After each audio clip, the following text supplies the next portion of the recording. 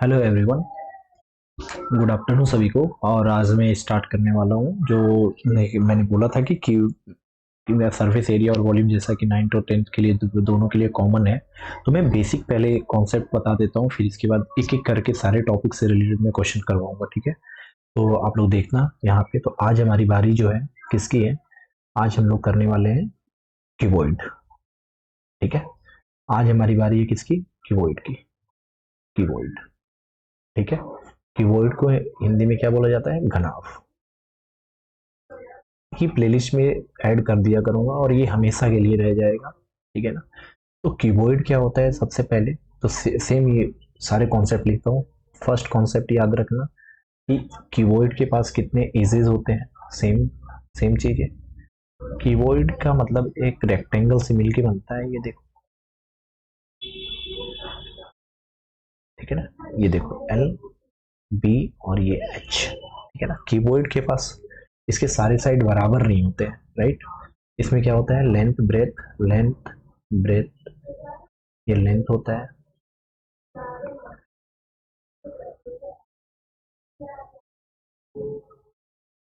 Length breadth, इसको rough करता हूँ पहले, ध्यान से देखें।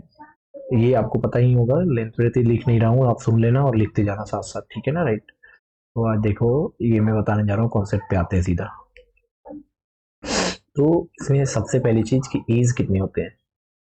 एज यानी किनारे। किनारे कितने होते हैं इसके? 12। अगर मैं इसकी बात करूं फेस की, फेस यानी सतह, सतह कितने होते हैं टोटल? अगर मैं बात करूं तो 6। ठीक है। तो इसमें 3 पार्ट में इसके सतहों को मैं बांट देता हूँ 3 पार्ट। आप इमेजिन करना, आप एक रूम को इमेजिन करो। ठीक है, आप एक रूम को इमेजिन करना। मैंने आपको क्या बोला कि एक रूम है, रूम। ठीक है ना, एक कमरा है। ये रूम जो है कैसा है? क्यूबॉइडल रूम है। क्यूबॉइडल। एक इमेजिन करो कि आपके पास एक रूम है जो क्यूबॉइडल शेप का है।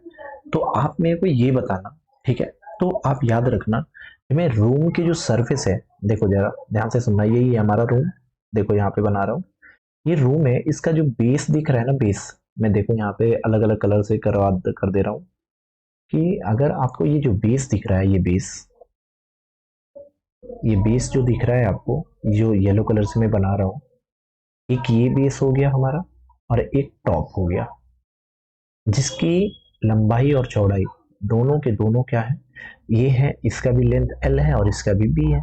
इसका मतलब हमारे पास दो है, दो सरफेस है। तो एक रूम के टॉप और बॉटम के दो सरफेस जो सेम डायमेंशन के होंगे, top and bottom, and bottom, bottom दोनों के दोनों कैसे हैं? Same dimension. सेम डायमेंशन के हैं मतलब रेक्टेंगुलर सरफेस से बने हैं, तो एल इंटू बी लिख दूंगा मैं। और दो हैं तो लेंथ इंटू ब्रेथ हो जाएगा, राइट। अब सुनो, अब मेरे पास जो, अब कितने वॉल कितने हैं जरा देखना यहाँ पे, इत्मीनान से समझना। देखो, ये हमारा एक और एक ये है, एक वॉल ये हो गया। अब ध्यान से देखना, इस वॉल को मैं बनाने जा रहा हूँ, ऐसे बनाते हैं इसको थोड़ा सा।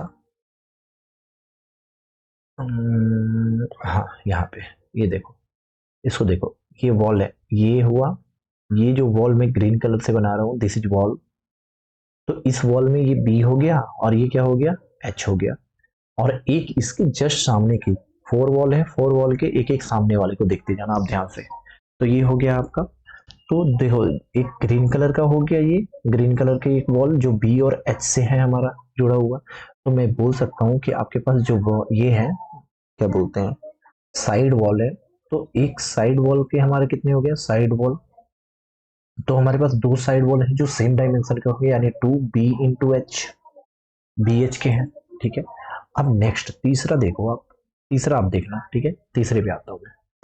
तीसरा जब मैं आता हूँ तो यहाँ पे एक मैं नेक्स्ट कलर ले ले रहा हूँ, कोई दूसरा, है ना। कौन सा कलर लूँ? हाँ, ये ले लेता हूँ। ठीक है, चलो आ जा। देखो, ये रहा आपका नेक्स्ट। ये अब मैं टॉप बॉटम ले लिया ना, अब सामने का देखो फेस, एक ये लेंथ और ये रहा हाइट। ध्यान से देखो, अब सामने वाली दीवार जो मैं इस कलर से कर रहा हूं, ठीक है, और इसकी जस्ट पीछे वाली ये वॉल देख लो, ये वॉल होगी, ठीक है ना। तो ये दोनों कैसे हुई बताओ, लेंथ लेंथ और हाइट से मिल रही है। सामने वाली, सॉरी, लेंथ और ब्रेथ से, लेंथ ब्रेथ तो हो ही गया है ना, तो लेंथ और हाइट से मिल रही है। देखो पीछे वाली वॉल लेंथ ये और हाइट ये, तब जाके ये पीछे की वॉल बन रही है। तो ये जो opposite side, another side wall जो है, ये भी हमारा साइड वॉल है। तो इसकी लेंथ और डायमेंशन कितनी है, लेंथ इनटू हाइट। तो आपको ये समझ में आ गया, तो आप मुझे ये बताओ कि टोटल टीएसए जो होगा वो कितना होगा। तो आप बोलोगे सर 2LB प्लस 2BH और प्लस 2LH। तो हमारे पास जो 6 सरफेस हैं, आप देख पा रहे होगे कि 6 सरफेस से रिलेटेड हमारे पास कितने आ गए, 6 डायमेंशन आ गए। देखो 2 2 4 2 6 6, फिर 6 एरिया। ठीक है, नेक्स्ट देखते हैं। जब इसके बाद हमें ये पता चला कि, अब ध्यान से देखना, यहाँ पे अब मैं लिखने जा रहा हूँ, सीधा फॉर्मूले लिखूंगा, ठीक है ना, राइट। देखो तो मेरे को यहाँ पे टीएससी क्या पता चला, टीएससी टीएससी जो है 2 × LB प्लस BH और प्लस LH। L लेंथ है, B ब्रेथ है और H हाइट है। मैं बोलता जा रहा हूँ, सुनते जाना, ठीक है। अब मैंने आपसे बोला CSA बताओ, CSA यानी कर्व सरफेस एरिया, यानी वर्टिकल। हमें टॉप और बॉटम को नहीं लेना, जैसा कि मैंने पिछले बताया था। जिन लोगों ने नहीं देखा है, जाके क्यूब वाली वीडियो देख लीजिएगा, सेम टू सेम यही बातें यहाँ पर पे। CSA मतलब होता है कर्व सरफेस एरिया, हिंदी में इसे वक्र पृष्ठ क्षेत्रफल बोलते हैं। और इसको हम लोग एक और नाम से जानते हैं, एरिया ऑफ 4 वॉल। इसी को हम लोग लेटरल सरफेस एरिया भी बोलते हैं। तो इसकी वैल्यू कितनी हो जाएगी, जरा देखना, 2 × L + B × H। ये हमारी हो गई क्या, CSA। अब इसको मैं थोड़ा सा अच्छे से बॉक्स में कर देता हूं।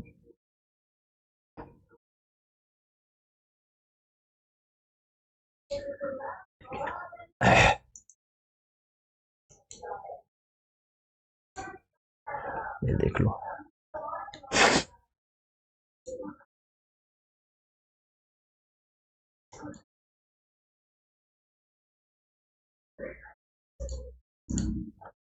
ये हो गया आपका इसका फॉर्मूला टीएसए का।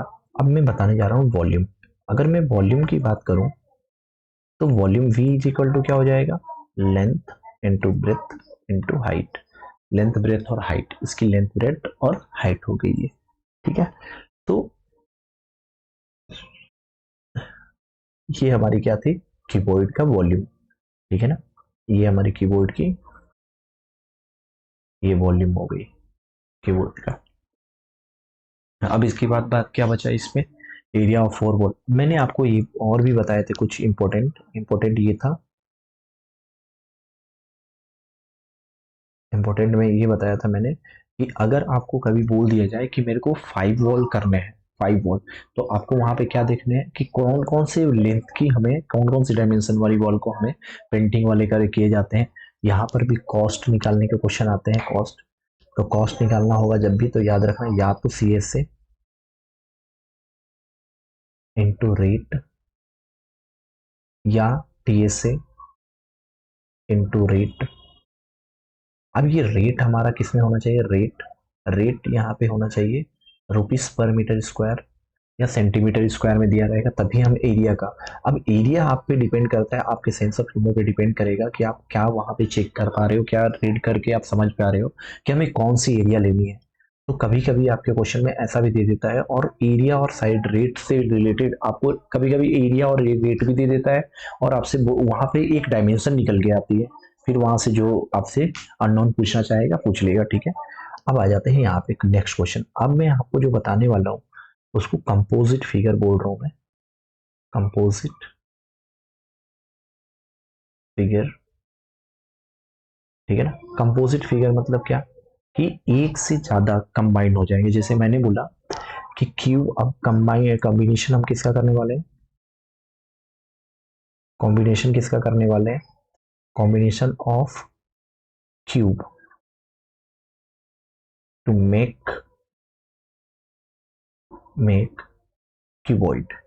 हम क्यूब बना रहे हैं, क्यूबॉइड बनाने के लिए क्यूब को कंबाइन कर रहे हैं, राइट। तो क्यूब बनाने के लिए हम लोग क्या कर रहे हैं बताओ, क्यूबॉइड बनाने के लिए हमने क्यूब कंबाइन कर रही है। जैसे मैंने बोला कि एक छोटे क्यूब है, इस तरीके के क्यूब है,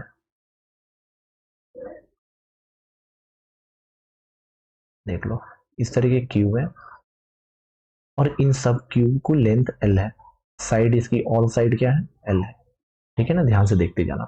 अब इस तरह के क्यूब को कभी कभी क्वेश्चन में दे देता है कि इस क्यूब को, एक से ज्यादा क्यूब को हम लोग को कंबाइन करना है ना। ऐसे क्वेश्चन टेंथ में देखने को मिलते हैं, टेंथ में है अभी। तो ये क्वेश्चन देखो, मैं क्यूब को कंबाइन कर रहा हूँ, एक क्यूब ये, एक अनदर क्यूब में इस तरीके से अलग अलग कलर से कर दे रहा हूँ ताकि आपको लगे। एक क्यूब हमारा ये, मैं सिर्फ क्रॉस सेक्शन बना रहा हूँ, इसको अभी मैं 3D भी बना दूंगा। देखो एक क्यूब हो गया ये, एक क्यूब ये हो गया सामने से जो दिख रहा है, ठीक है ना, ठीक है ना।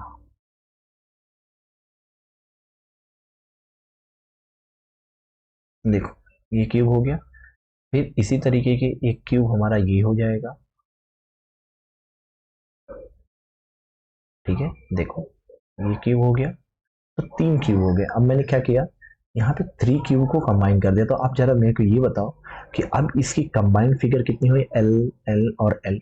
अब यहाँ से यहाँ तक अब इसकी पूरी टोटल जो लेंथ हो गई वो कितनी हो गई, अब बताइए आप। तो एल जो होगा ये 3L के बराबर हो जाएगा। हो गया कि नहीं। और क्या नहीं चेंज हुआ, तो आप बोलोगे सर इसकी लेंथ ब्रेथ नहीं चेंज हुई, ये एल ही रह गया, और इसकी हाइट चेंज नहीं हुई, जो मेरा एल रह गया। क्या बदल गया, तो इसकी लेंथ बदल गई। तो अब मुझे ये बताओ, अब यहां से हमें क्या समझ में आ रहा है कि यहाँ पे इस जो कंबाइंड फिगर है, कंपोजिट फिगर, तो एरिया ऑफ, इसका area of 3 combined cube, combined cube कितना हो जाएगा जरा बताओ। तो आप बोलोगे सर अगर एरिया ऑफ 3 कंबाइंड क्यूब को हमें ये करना है तो क्या करेंगे, तो हम फिर से वही फॉर्मूला जानेंगे, 2 इंटू L इंटू बी। ध्यान से देखना, लेंथ कितनी, ये पूरी length, length into breadth, L B मतलब एल स्क्वायर। कितनी है लेंथ, पूरी पूरी लेंथ है 3L इंटू चौड़ाई कितनी है L, plus B H, B और एच यानी यहाँ पे सिर्फ और सिर्फ L into L, plus L H का मतलब फिर से हमारी एल कितनी, फिर एल इंटू एच कितने हो जाएगी, 3L इंटू एच भी हमारा एल, लेंथ हमारी बदली ही नहीं। तो अब इसको सॉल्व करेंगे तो आपकी वैल्यू कितनी आ जाएगी, 3L स्क्वायर 6L स्क्वायर, आप प्लस एल स्क्वायर, तो कितने हो जाएंगे लगभग। इसका जो आंसर आएगा वो आएगा कितना, तो ये वैल्यू आ जाएगी हमारी कितनी, 2 into 6L square plus L square, जिसकी वैल्यू आ जाएगी 2 इंटू 7L स्क्वायर, और इसकी वैल्यू आ जाएगी 14L स्क्वायर। तो आपका जो area of 3 combined combined cube कितना आ जाएगा, 14L स्क्वायर। 3 कंबाइंड क्यूब को हमारा कितना आ जाएगा, 14L स्क्वायर।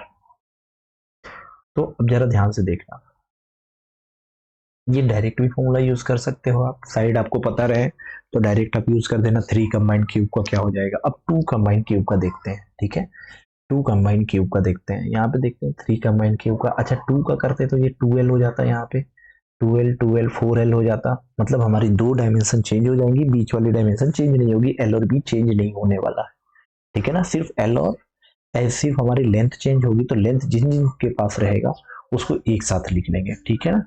देखो जरा 2 लिखा रहेगा तो क्या हो जाएगा बताओ, 2 1,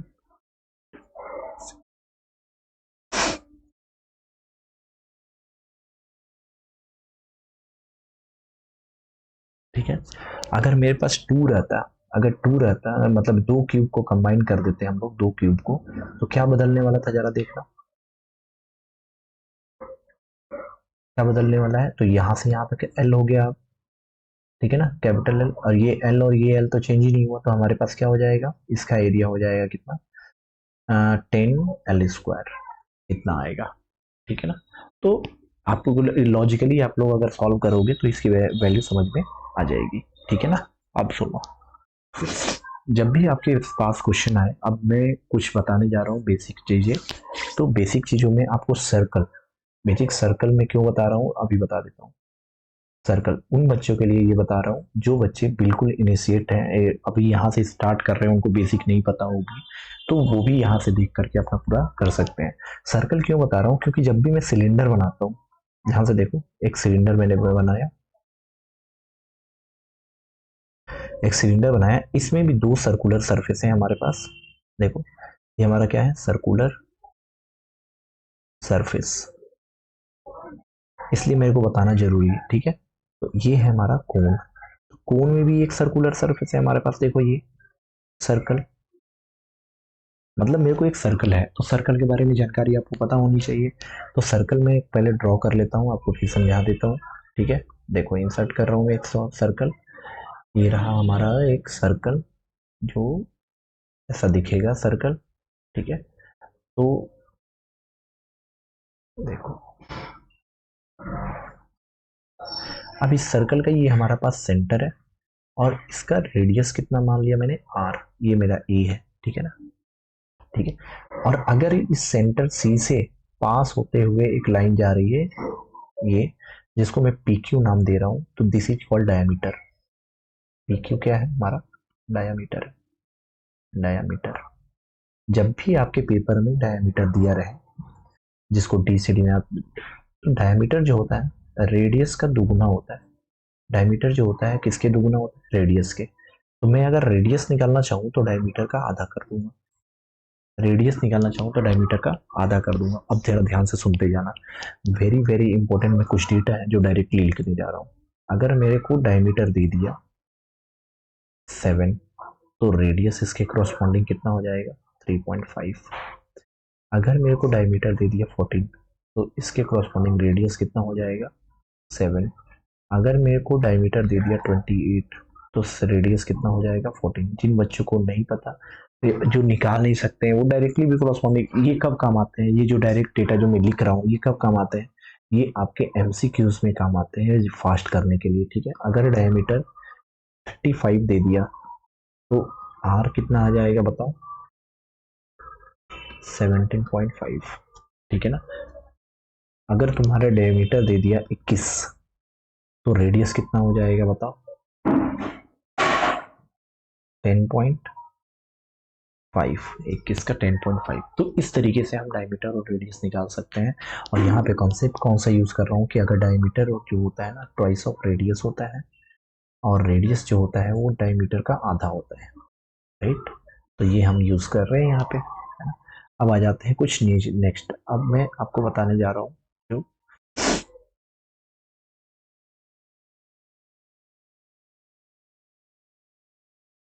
मेरे को नई स्लाइड लेनी पड़ेगी, 1 मिनट। मैं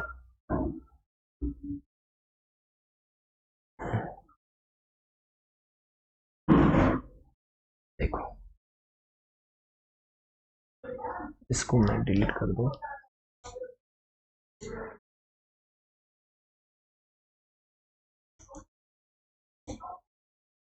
चलो देखो, इस स्लाइड पे देखते हैं। ठीक है, अब मैं आपसे क्वेश्चन बोल रहा हूँ कि अगर आपके पास, मतलब एक, अब मैं बताने जा रहा हूँ जो सिलेंडर के बारे में,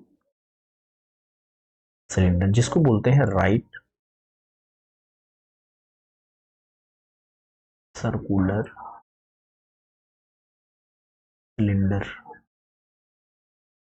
राइट सर्कुलर सिलेंडर क्या होता है, तो आप बोलोगे सर, एक आप सिलेंडर बनाओ पहले, इस सिलेंडर का ऊपर का टॉप सरफेस, इस सिलेंडर का ये बेस सरफेस, यहाँ पे सेंटर से इसकी रेडियस आर हो जाएगी। यहाँ पे मैं हाइट बना दे रहा हूँ, यहाँ से यहाँ तक की जो ये हाइट है, ये एच है। तो अब यहाँ पे कुछ खास बातें सुनने जरा ध्यान से, कि इसके पास जो सरफेस है वो कौन कौन सी है, सरफेस। तो इसमें दो प्रकार की सरफेस, एक कर्व, कर्व जो सरफेस है, जो वर्टिकल लाइन वाली एक है, और दो सर्कुलर सरफेस है। सर्कुलर जो है वो कितने हैं, दो। तो जो कर्व सरफेस है वो बना किससे, एक रेक्टेंगल से मिलके बना है। एक रेक्टेंगुलर सरफेस जो एच हाइट की रेक्टेंगुलर रेक्टेंगल रेक्टेंगल जैसे मान लो एक इस, अगर मैं इसको फाड़ दूं, अगर ओपन आपके पास कोई सिलेंडर हो, जब उसको आप ओपन करोगे तो कुछ ऐसे ओपन होगा, देखो ओपन सिलेंडर है ये। ओपन सिलेंडर एक रेक्टेंगल की तरह दिखता है। इसके एल को हम लोग क्या करते हैं, देखो ध्यान से, ये एल लेंथ की है और ये एच है, एच विड्थ, विड्थ इसकी एच है। तो जब आप इसको फोल्ड करोगे, ध्यान से सुनना, जब आप इसको ऐसे करके फोल्ड करोगे, तो फोल्ड करोगे तो ये कैसे घूमेगा, ये कंबाइंड होगा ऐसे, तो ये घूमना स्टार्ट हो जाएगा ऐसे, ठीक है ना, ध्यान से देखना। तो ये हमारा एच है क्या, आप देखो जरा, यही हमारा है ना, ध्यान से देखो, ऐसे घूम रहा है ये। तो ये एच हाइट है, एच हाइट है हमारी, तो ये घूम रहा है ऐसे, ठीक है ना। अब ये कौन सी लेंथ घूम रही है, एल घूम रही है। फाइनली ये एल किससे बन जाएगा हमारा, ये ऐसा आके बन जाएगा। तो आपने क्या देखा कि यहाँ पे एच हाइट जो है सेम है, इसमें कोई बदलाव नहीं हुआ, और ये जो एल है ये क्या बन गया, एक कर्व बन गया, यानी एक सरकमफ्रेंस में जो लेंथ थी वो किस में बदल गई, 2πr में बदल गई, राइट। तो जब भी याद रखना कि एल लेंथ की सीट है, उसको मोड़ करके अगर सिलेंडर बनाया जा रहा है, तो this length is called 2πr। इतनी बातें आपको समझ में आ गई, तो लेंथ इज कॉल्ड 2πr, ठीक है। तो देखो जरा यहाँ पे, तो यहाँ पे सॉरी, यहाँ पे आगे देखते हैं, हम लोगों ने कहाँ पे देख लिए, यहाँ तक देख लिए थे, राइट। आ जाओ यहाँ पे, तो इसको कैसे करेंगे जरा देखना। अब यहाँ पे हम लोग क्या करने वाले, इसको रफ करूंगा मैं पहले, है ना, रफ कर देता हूँ ताकि आपको समझाने में मेरे को आसानी हो जाए।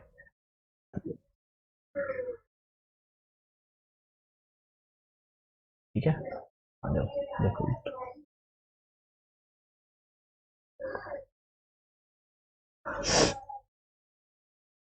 तो आपको यहाँ पे एक पॉइंट समझ में आया क्या, यहाँ पे एक पॉइंट आपको ये समझ में आया होगा कि जब हमारा, अगर कोई रेक्टेंगुलर सीट ले ले,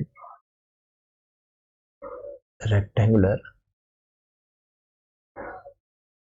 रेक्टेंगुलर सीट को seat convert into cylinder, then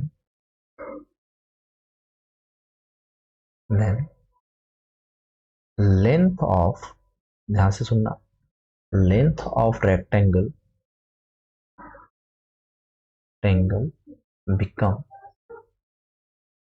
become circumference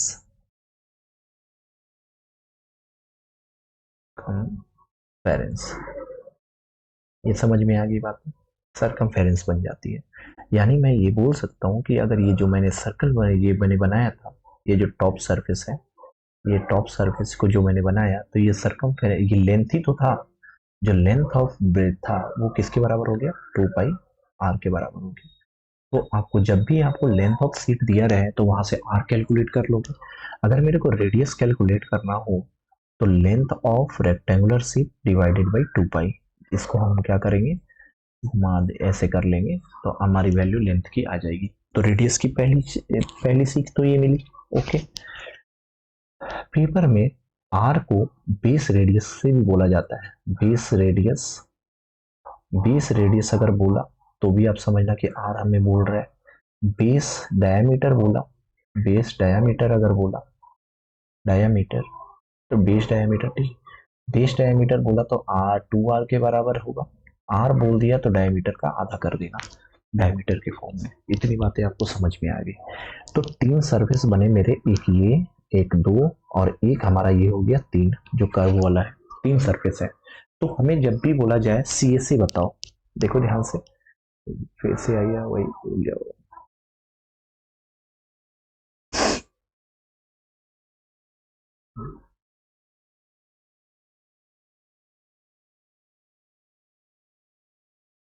ठीक है ना। देखो, अगर जब भी हमें बोला जाए, अब मेरी बारी आई पहला, जब मैं आपसे बोलूं CSA of cylinder, CSA of cylinder, जिन लोगों को CSA का मतलब नहीं पता, मैं ऐसे बीच में बोल दे रहा हूँ, कल सरफेस एरिया बोल दूंगा तो लिख लिया करो। CSA of cylinder, CSA of cylinder क्या होता है, तो आप बोलोगे sir 2πRH,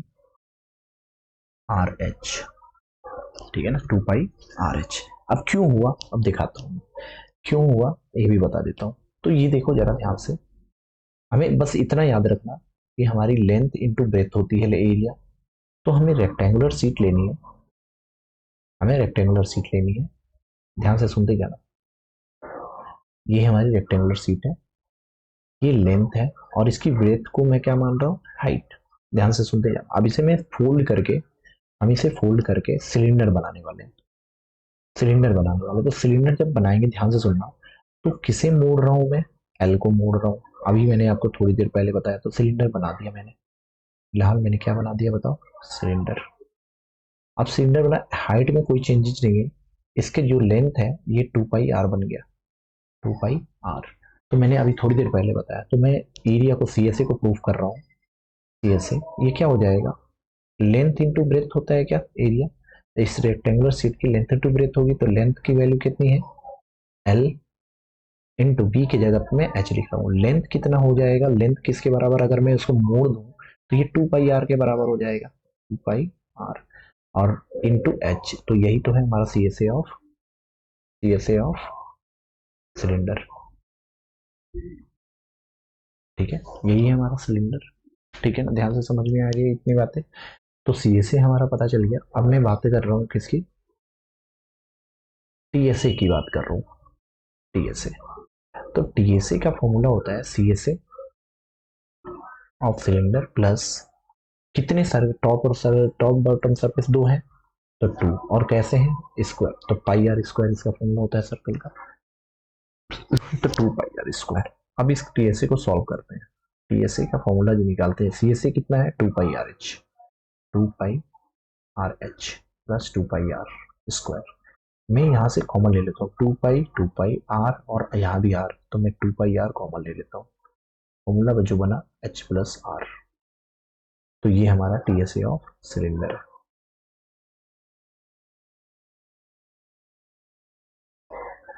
TSA of cylinder, इतनी बातें समझ में आ गई। अब मैं यहीं पे बात कर लेता हूँ वॉल्यूम की। वॉल्यूम की अगर मैं बात करूँ तो ये कितना होता है, πr स्क्वायर h। बस इतनी बातें हैं सिलेंडर की। आज के लिए इतना ही करते हैं, कल हम लोग पढ़ेंगे कोण। ठीक है, थैंक यू फॉर वॉचिंग। और इसको देखना जरूर, बहुत इंपॉर्टेंट है। बेसिक अगर आपको आता है तभी आप समझ पाओगे क्वेश्चंस को या क्वेश्चन के लैंग्वेज को। ठीक है, थैंक यू फॉर वॉचिंग।